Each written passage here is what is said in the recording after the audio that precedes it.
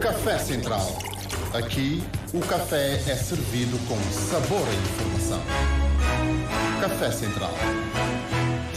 Hoje é quarta-feira, é dia 15 de maio, tal como temos vindo a anunciar. O nosso convidado de hoje no Café Central é o juiz conselheiro Bem-Feito Monso Ramos, presidente do Supremo Tribunal de Justiça. Se bem se recordam, há poucos dias esteve em Cabo Verde em visita oficial o presidente do STJ de Portugal, Henrique Araújo, juiz conselheiro, durante a qual foi assinado um protocolo de colaboração. Ora, justamente iremos conhecer um pouco mais esse instrumento. Vamos também conhecer o Fórum dos Supremos Tribunais de Justiça de CPLP e, neste momento, a presidência dessa organização está sob a alçada de Cabo Verde. Doutor Bem-Feito Monso Ramos, bom dia, obrigado pela disponibilidade. Eu diria que o núcleo essencial do protocolo de colaboração que foi assinado na semana passada entre os Supremos Tribunais de Justiça de Cabo Verde e de Portugal prende-se com a modernização dos tribunais, com destaque para a tramitação eletrónica dos processos. Pergunto-lhe já agora, para início de conversa, quão importante é para a administração da justiça cabo-verdiana a modernização tecnológica e a tramitação eletrónica dos processos judiciais. Bom dia, seja bem-vindo. Muito obrigado. Queria começar por cumprimentar o Sr. jornalista Carlos Santos, bem como todos os que nos acompanham, que vão acompanhar esta nossa conversa. Queria também agradecer a oportunidade que me é dada de estar aqui para falar um pouco sobre aspectos que são importantes para a justiça cabo-verdiana, e é sempre importante, sempre desejável que a justiça possa comunicar e comunicar bem com os cidadãos, com a opinião pública, para, em certa medida, também dar a conhecer a sua realidade. Bom, permita-me, em relação à visita do Sr. Presidente do Supremo Tribunal de Justiça de Portugal, meu homólogo juiz conselheiro, presidente Henrique Araújo, fazer um pouco a contextualização. Quando assumi as funções de presidente do Supremo Tribunal de Justiça, logo após a minha investidura no cargo, fiz uma deslocação a São Tomé e Príncipe, precisamente para participar no encontro dos Supremos Tribunais de Justiça da CPLP. E após o nosso desembarque, pude confirmar que tinha feito a viagem na companhia da delegação portuguesa. E a partir daí encetamos um relacionamento, fizemos as apresentações da praxe e encetamos um relacionamento pautado por muita cordialidade e com o foco colocado na vontade de se aprofundar a cooperação bilateral entre Cabo Verde e Portugal, entre o Supremo Tribunal de Justiça e o Supremo Tribunal de Justiça de Portugal, e também no quadro da CPLP. Fomos encontrando nesse contexto. Sempre que passo por Portugal sou muito bem acolhido no Supremo Tribunal de Justiça de Portugal, e também foi nesse quadro que me convidaram para participar nos 190 anos do Supremo Tribunal de Justiça de Portugal, onde fiz uma intervenção que foi objeto de referência pelo meu homólogo na sua conferência aqui na praia.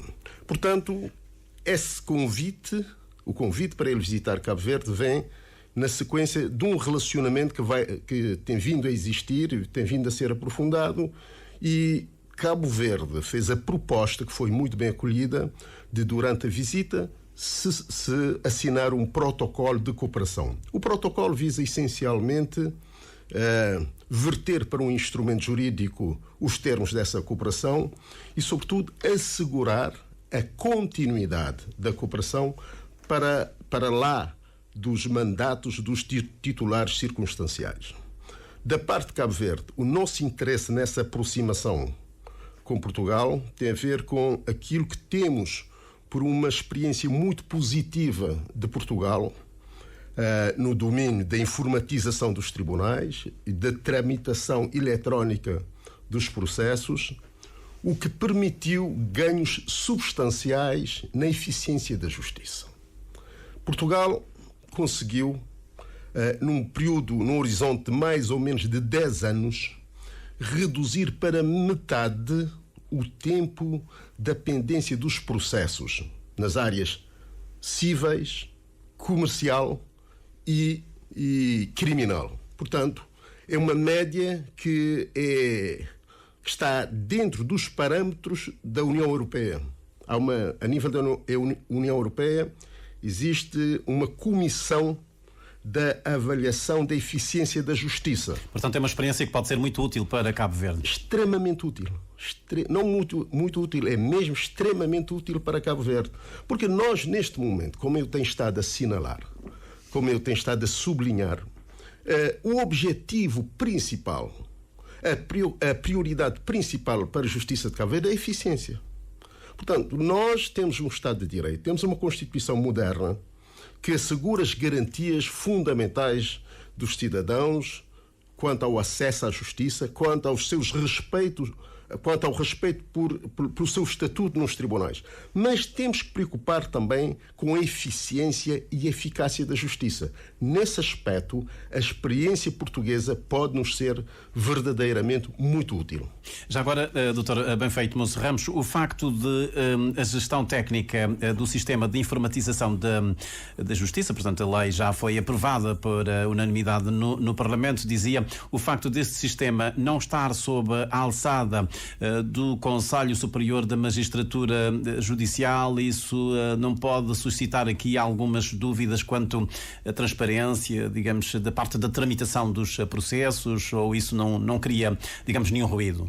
A questão que coloca é pertinente e tem vindo a ser analisada, e sobre ela já houve até um pronunciamento do Tribunal Constitucional. De facto, é legítimo questionar se, em se mantendo a gestão do processo, a gestão do sistema no Instituto sob a dependência de um membro do governo, isso não comporta riscos para, digamos, a independência dos tribunais, porque a gestão dos processos, para se assegurar a independência dos tribunais, a separação dos poderes, a gestão tem que estar com os tribunais. Como eu vinha dizendo, a matéria está sendo objeto de apreciação. Neste momento, não há ainda razões para se dizer que haverá interferência. A simples colocação da gestão do processo, da gestão do sistema no Instituto, não comporta automaticamente, não significa automaticamente interferência na gestão processual que deve caber aos tribunais. Mas devemos ter em conta a máxima independência dos tribunais, com a intervenção dos juízes, dos magistrados, na gestão do sistema, não foi positiva. Aliás, nós temos o resultado, é que de 2013 a esta data, estamos ainda por implementar o sistema de informação da justiça. É um processo que está a marcar passo, não é? Está a marcar passo e com custos elevados para a eficiência do sistema da justiça em Cabo Verde. Portanto, é um dos aspectos que, quanto a mim, deve convocar a nossa atenção sobre a implementação com eficiência das nossas decisões. Não é aceitável que se tenha adotado uma decisão política em sede própria de informatização da justiça em 2013, vertida essa decisão em lei, e hoje ainda estamos por implementar essa opção.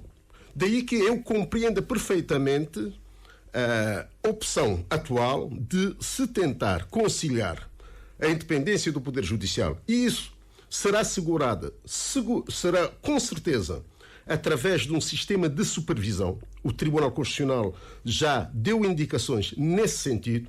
Vai-se ter um sistema de supervisão para prevenir qualquer risco de interferência na gestão processual. Portanto, está assegurada a integridade dos processos judiciais, os juízes vão continuar naturalmente a ter toda a tutela sobre os processos. O que está aqui em causa, portanto, é o sistema eletrónico, essa tramitação, e que há um instituto, digamos, que assegura essa gestão. Pois, porque o instituto é que tem vocação para a gestão técnica. Os magistrados não têm vocação, nem têm disponibilidade em termos de tempo para fazer a gestão técnica do sistema.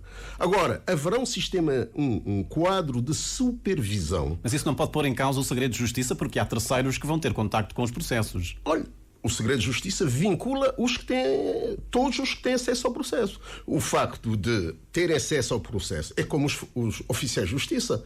Eles têm acesso ao processo. Se divulgarem as peças do processo, incorrem também nas consequências, nas sanções previstas na lei para a violação do segredo de justiça. Portanto, nesse aspecto, é apenas estender também a vinculação ao segredo de justiça aos técnicos que trabalharem nessa área. Já que estamos a falar de segredo de justiça, há dias os jornalistas tiveram a oportunidade de questionar o juiz conselheiro Henrique Araújo, do Supremo Tribunal de Justiça, em relação aos jornalistas, se os jornalistas estão também vinculados ao segredo de justiça. Parece-me que ele foi muito claro nesta matéria, mas ainda assim há algumas reservas a quem exija pelo menos uma alteração nessa lei, no Código de Processo Penal. Agora já não tenho presente esse artigo sobre o segredo de justiça, porque dizem que a liberdade de imprensa, enfim, os jornalistas não podem estar sujeitos a esta camisa de forças, que no fundo é o segredo de justiça.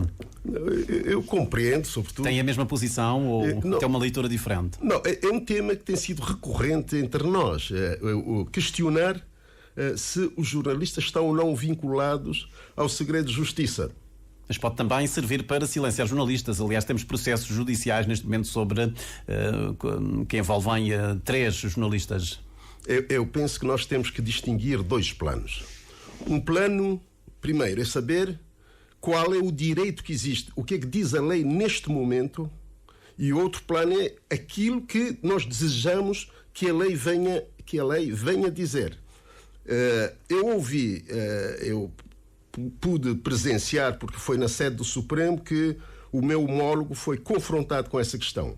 E deu-me um enorme conforto constatar que a resposta que ele deu foi exatamente aquela que eu tinha dado num texto que publiquei. Um texto mais de índole pedagógica para, digamos, alertar os jornalistas que, pelo simples facto de serem jornalistas, não estão isentos, quer dizer, e nem faria sentido que a lei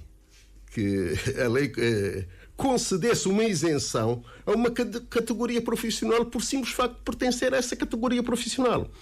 Os jornalistas, no quadro do direito cabo-verdiano, estão sim sujeitos ao segredo de justiça. Agora, eles estão em melhor posição que qualquer cidadão, podem tirar vantagem de uma circunstância dirimente. Podem dizer que eu fiz isso, mas no exercício legítimo do direito à informação. E essa é uma causa de exclusão da ilicitude. Portanto, agora, tem que se provar que aí era lícito, digamos, essa intervenção em nome da liberdade de imprensa. Se conseguir justificar caso a caso, no caso concreto, que estava no exercício do direito da informação, exercício legítimo do direito de informação, pode, de facto, ser isento de responsabilidade criminal. Portanto, na sua opinião, o Código de Processo Penal não carece neste momento de nenhuma alteração neste aspecto em particular? Eu não diria, não estou a dizer que carece ou não carece, estou a dizer qual é a solução atual. Naturalmente que a alteração legislativa tem de depender da iniciativa dos sujeitos parlamentares que têm têm legitimidade para isso. Agora, há uma coisa que é importante. A Constituição da República manda proteger o segredo de justiça. Portanto, qualquer mexida legislativa nesse domínio tem que ter em conta o que está na Constituição da República. A Constituição também dá respaldo à liberdade de imprensa. Pois, são 2 valores, exatamente, e faz muito bem essa observação, tem interesse, porque são 2 valores que têm que ser conciliados. O que significa que a liberdade de imprensa não pode ser protegida a um ponto que possa neutralizar em absoluto o segredo de justiça, porque é um valor constitucional também. Muito bem. Doutor, bem feito, Monso Ramos, às vezes imagino o papel a situação dos operadores de justiça, nomeadamente os juízes, os procuradores, quando há os debates no Parlamento sobre os relatórios sobre a situação de justiça. E nos últimos tempos tem-se falado muito na questão de judicialização da política e da politização da justiça. Como é que tem acompanhado esse debate? Eu penso... Existe de facto uma judicialização da política, ou seja, questões que os atores políticos deviam resolver em sede do debate, do pluralismo, acabam por levar isso para o campo da justiça, ou seja, a batata quente fica com os juízes. Não, eu penso que às vezes há tendência, mesmo na terminologia, para fazermos a transposição do que se passa lá fora, uma transposição automática para Cabo Verde e presinto que se irá falar nos próximos tempos da politização da justiça, da judicialização da política, etc, etc. Mas eu, neste domínio, já tinha dito isso numa intervenção pública, entendo que os campos devem ficar devidamente delimitados. E a justiça, o que é da justiça? A justiça, portanto, deve ter o seu tempo, o seu espaço, o seu momento para dirimir os litígios com serenidade, com objetividade, com independência e com imparcialidade. Os sujeitos políticos têm o seu espaço também para interagir e para fazer os seus pronunciamentos, mas sem a pretensão de interferência de um no outro.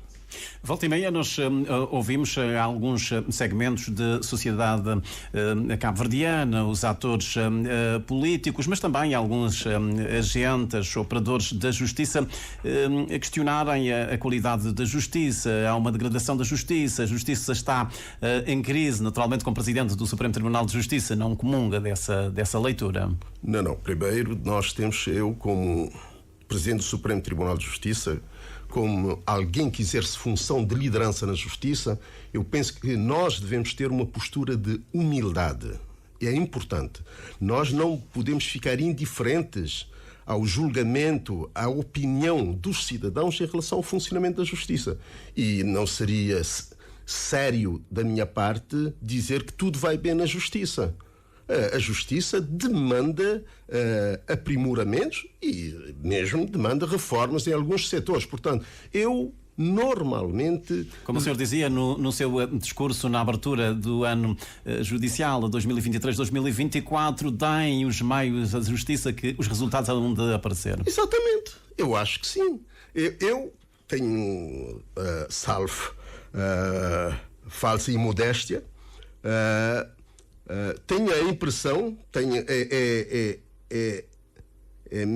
meu sentimento, minha percepção de que a justiça em Cabo Verde, se lhe forem proporcionados os meios, conseguirá ter os resultados a um nível satisfatório. Não teremos a justiça ideal, não teremos a justiça na perfeição, porque isso não existe em parte alguma do mundo. O que há, o que podemos fazer, o que podemos prometer é um empenho, uma atuação para progressivamente se ir resolvendo os problemas estruturais da justiça. Mas há uma coisa que é importante. Esses meios e às vezes algumas medidas não estão noutro domínio, estão no domínio dos políticos, do legislador em particular. Acabei de dar um exemplo aqui. Veja só, desde 2011, eu estive a reler o acórdão do Tribunal Constitucional e faz menção que desde 2011 há uma opção política de informatização da justiça, de introduzir os meios tecnológicos na justiça.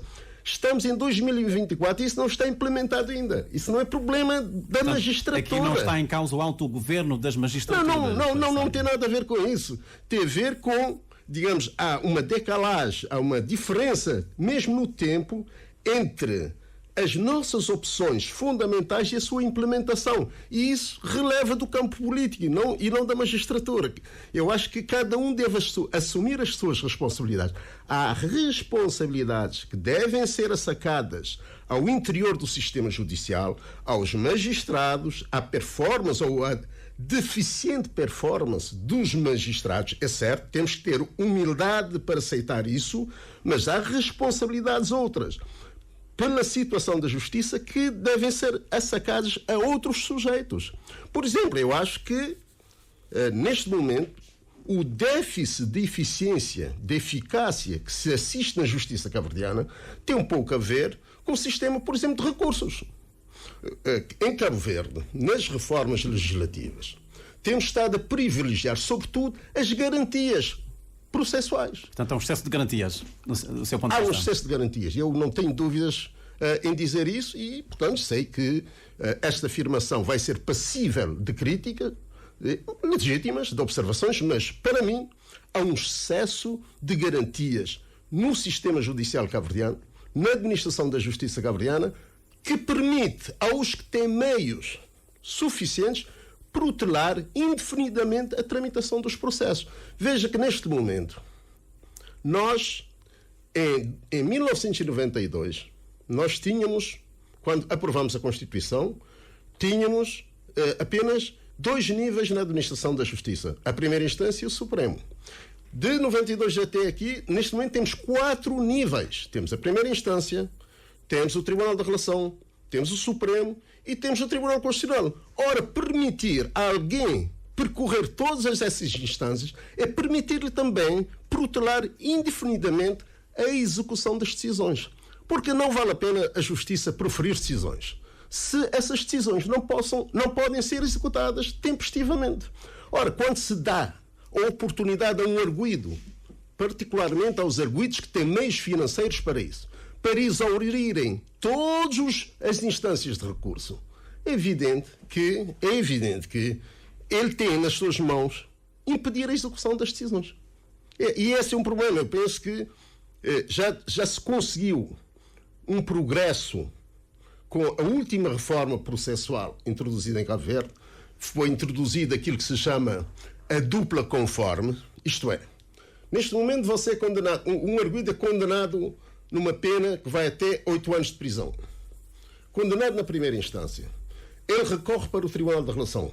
O Tribunal da Relação confirma essa decisão, ele já não pode recorrer mais. Mas isso não tem nada a ver com o catálogo de direitos e garantias que está na Constituição da República? Não. A Constituição garante o direito ao recurso e, fundamentalmente, o que é assegurado pela Constituição da República é o direito ao duplo grau de jurisdição. E esse é um direito que não pode ser suprimido. Portanto, o direito ao recurso tem que ser sempre assegurado, particularmente em processo penal. Não só a nossa Constituição, mas os instrumentos de direitos humanos a que Cabo Verde está vinculado também asseguram em processo penal o direito ao recurso, o direito ao duplo grau de jurisdição, mas não garante o direito ao recurso a todos os graus de jurisdição. Portanto, não garante que você tenha que percorrer todas as instâncias. Toda a cadeia, até chegar ao topo. E repara uma coisa, nós em Cabo Verde temos mais esse aspecto. Quer dizer, a Constituição impõe que a prisão preventiva não deverá ultrapassar 36 meses. Portanto, as pessoas, às vezes, os arguidos que têm recursos, meios financeiros, vão interpondo recursos, vão impugnando as decisões, para quê?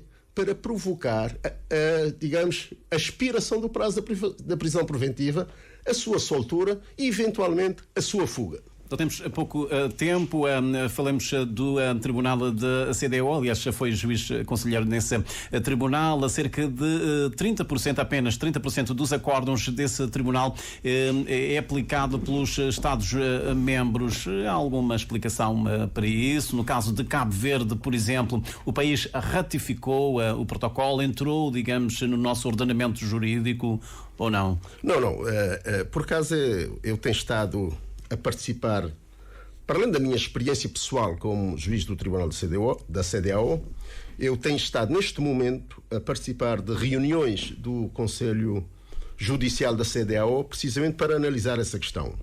E uma das constatações que tem estado a ser feitas é de que existe neste momento um certo mal-estar entre os Estados-membros e o Tribunal da CEDEAO, porque o Tribunal da CEDEAO, no seu protocolo, tem estado a receber queixas sem permitir que as jurisdições nacionais se debrucem sobre as queixas, isto é, sem se observar aquele requisito comum no direito internacional, particularmente no direito internacional dos direitos do homem, que é a exaustão dos recursos internos.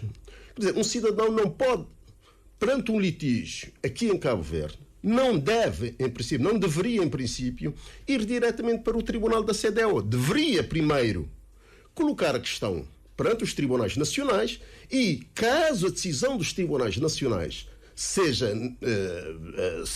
lhe seja desfavorável, então recorrer para o Tribunal de Justiça da CEDEAO. Neste momento está-se a ponderar, de facto, está em curso todo um debate. Eu tenho estado a participar desse debate, ainda há poucos dias estive ainda cá. Mas eu faço-lhe esta pergunta porque no caso do Alex Saab, Cabo Verde não aplicou, digamos, esse acórdão. Sobre esse caso, que já transitou em julgado, já pode falar sobre isso. Não tem qualquer impedimento em falar sobre isso. Para os tribunais cabo-verdianos, para o Supremo Tribunal de Justiça de Cabo Verde, para o Tribunal Constitucional cabo-verdiano, Cabo Verde não está vinculado a esse protocolo. Portanto, esse protocolo, a decisão do Tribunal da CEDEAO, neste particular, portanto, em relação às queixas por violação, eventual violação ou suposta violação dos direitos do homem em Cabo Verde, as decisões do Tribunal da CEDEAO não são vinculativas para Cabo Verde. Muito bem, estamos no final da nossa conversa. O senhor preside neste momento o Fórum dos Supremos Tribunais de Justiça de CPLP. Não lhe vou perguntar sobre, digamos, o plano de atividades. Eu sei que lá mais para o fim do ano quer organizar um fórum internacional. Já tem algumas ideias sobre isso? Sim, nós de facto assumimos em Brasília, durante o 11º Fórum, em novembro do ano passado, o compromisso de acolher este ano o Fórum dos Supremos Tribunais de Justiça da CPLP aqui em Cabo Verde, e como tem estado a dizer em várias intervenções públicas, nós gostaríamos que esse fórum, essa sessão aqui em Cabo Verde, essa reunião em Cabo Verde, se debruçasse sobre o papel dos tribunais na implementação dos Objetivos de Desenvolvimento Sustentável das Nações Unidas. É esse trabalho que temos estado a fazer para persuadir os nossos pares, os meus homólogos, as instituições congêneres a aceitarem, de facto, esse tema para o nosso debate, para a nossa reflexão. O juiz conselheiro Henrique Araújo dizia que não bastam apenas os textos dos protocolos, é preciso ação. Há disponibilidade, há vontade de Cabo Verde, de facto, em criar as condições para materializar esse protocolo de cooperação? Não, penso que, de entre as partes que assinaram esse protocolo, Cabo Verde é a parte mais interessada na sua implementação. Isso depende apenas do STJ ou do Governo, do Ministério da Justiça? Dependerá fundamentalmente do STJ e nós estamos imbuídos dessa vontade de nos empenharmos para a sua implementação e para tirarmos as maiores